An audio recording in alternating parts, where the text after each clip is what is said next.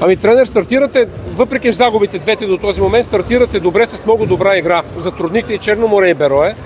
Добре подготвени отбора и как го виждаш? На колко процента от това, което искаш да може да показва? Честно, за днеска съм доволен как сме играли. Против Берое не сме били добри. Днеска сме били добри 35 минути. Играли сме против един от най-добри отбори лигата. А мислим да е Варна първи кандидат за чемпиона.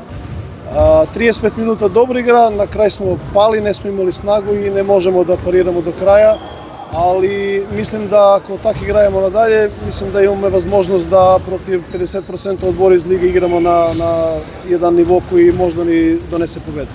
С този млад отбор какви са амбициите на Враца? Амбиции су да пробаме да се бориме за плей-оф между 8 команди. Таа е први cilj.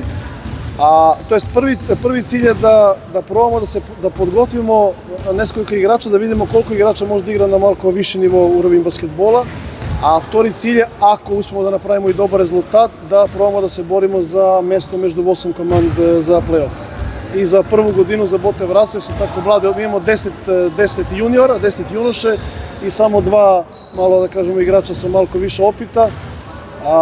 И реално најдобар играч Павле Ѓуришич е травмиран и не може да игра, мислим, уште месец или месец и половина. И това е голем хендикеп за тај млад отбор. Влизате в историјата след толкова години, Враца отново има баскетбол. Как се чувствате в това отношение? Доволен съм как е да се били, добра организација, нема никакви проблеми, на наме само остава ни да тренираме всеки ден и да пробаме да всеки ден през тренировачни процес да пробаме да подигнеме мало уровень баскетбола, да можеме да играмо против остали одбори. И чакате нова зала?